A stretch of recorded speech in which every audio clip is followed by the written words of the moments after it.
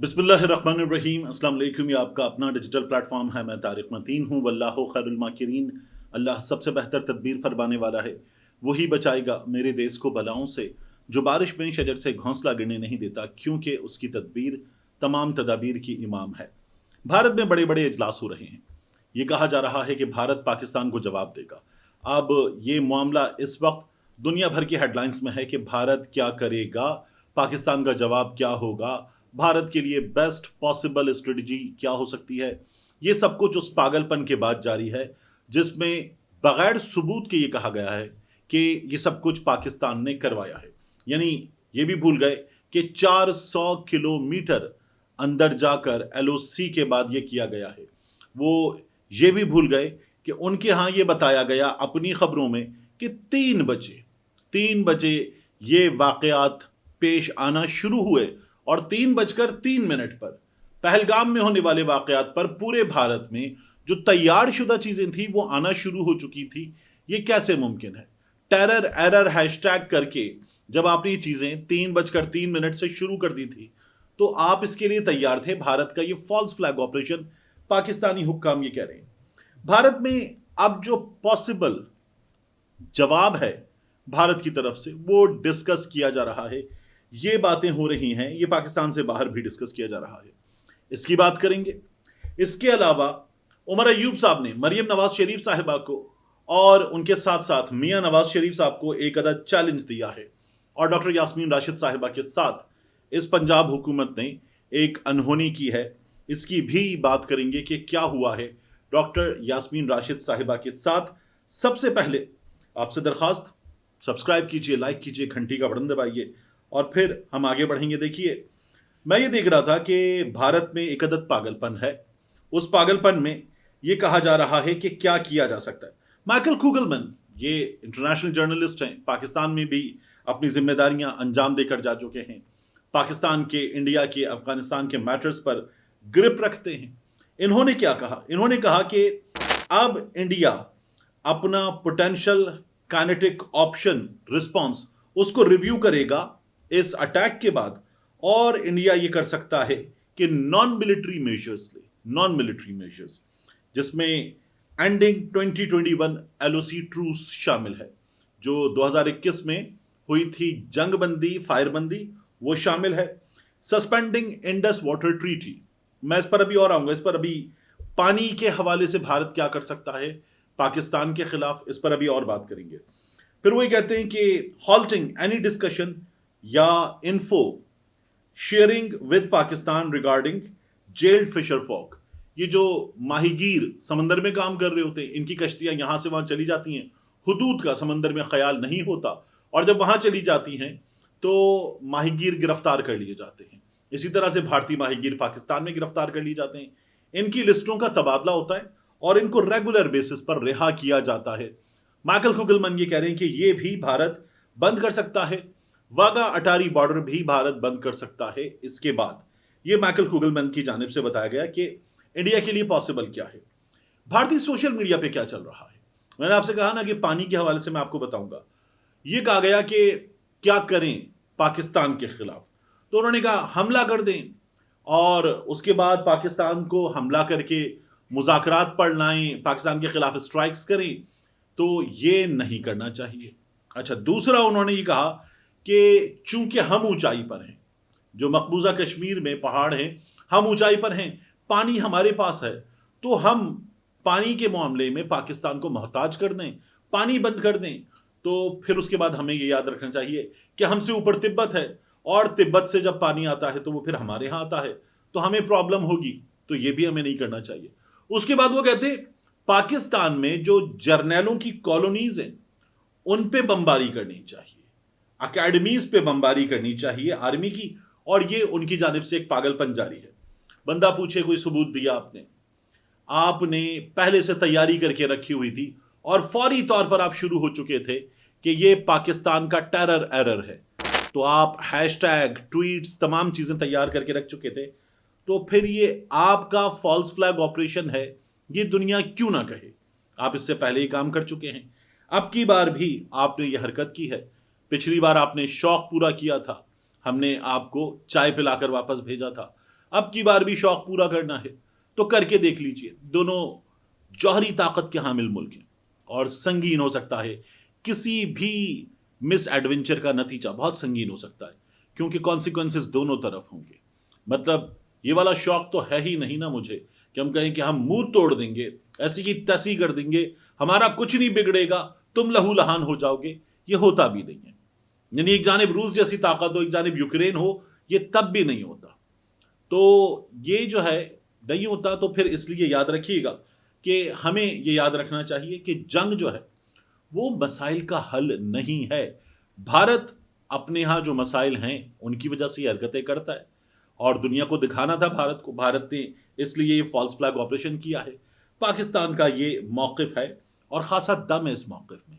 इस मौक़िफ़ पर पाकिस्तान को बरकरार रहकर भारत से डिमांड करना चाहिए सबूत, लाइए सबूत दीजिए। बगैर सबूतों के कुछ हो नहीं सकता। आपने स्केच जारी कर दिए, 4 की तस्वीर जारी की थी, मैंने आपको दिखाई थी, ऐसे कंधे पे हाथ रख के खड़े होते बड़े खुश खुश दोस्त। फिर उसके बाद अब 3 लोगों के स्केच जारी कर दिए गए हैं कि ये 3 लोग हैं जिन्होंने ये सब कुछ किया था। तो ये पागलपन भारत में जारी है, हमारे यहाँ भी एक पागलपन जारी है। उस पागलपन में क्या हुआ है डॉक्टर यास्मीन राशिद साहिबा के साथ? डॉक्टर यास्मीन राशिद साहिबा का लाहौर में शादमान में क्लिनिक है, उस क्लिनिक को अब सील कर दिया गया है और सील करते हुए एलडीए की जानिब से एक अदद नोटिफिकेशन हमारे सामने आया। उस पर लिखा हुआ है illegal commercial activity at the property number 146/1, फिर आगे इसका एड्रेस वगैरह लिखा हुआ है।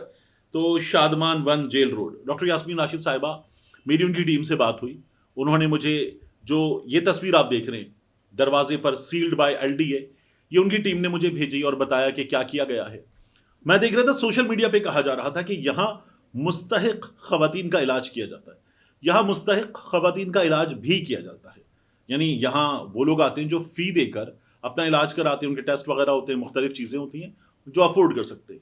लेकिन हजारों की तादाद में ऐसे पेशेंट हैं जो डॉक्टर यास्मीन राशिद साहिबा ट्रीट करती हैं, जिनका इलाज मुफ्त होता है, बड़े रियायती नरखों पर होता है।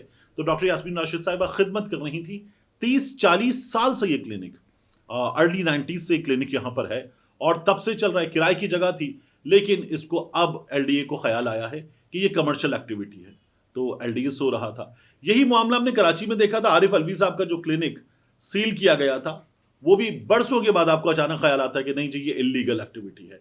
अब की बार भी बरसों के बाद ये ख्याल आया कि ये इलीगल एक्टिविटी है, क्योंकि डॉक्टर यास्मीन राशिद साहिबा इस हाल में, इस उम्र में, जेल में हार नहीं मान रही और मियां नवाज शरीफ साहब को जो हजीमत उठानी पड़ी है उसकी वजह से ये सब कुछ किया गया है।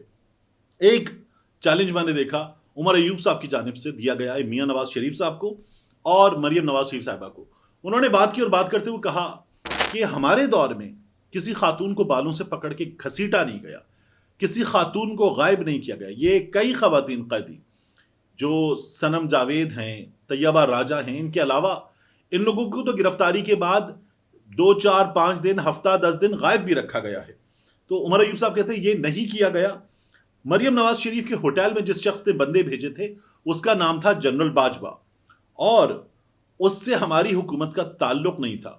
जो गुलगपाड़ा कैप्टन सफदर ने मज़ार कायद पे किया था उसके बाद बंदे भेजे थे, वो जनरल बाजवा इधर ही है। उमर अयूब साहब कहते हैं वो जनरल बाजवा इधर ही है, उससे पूछे।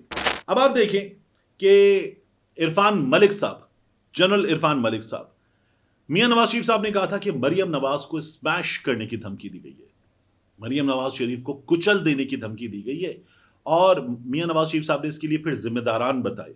यानी मियां नवाज शरीफ साहब ने कहा कि जनरल इरफान मलिक भी जिम्मेदार होंगे, जनरल बाजवा भी, जनरल फैज हमीद भी, इमरान खान भी।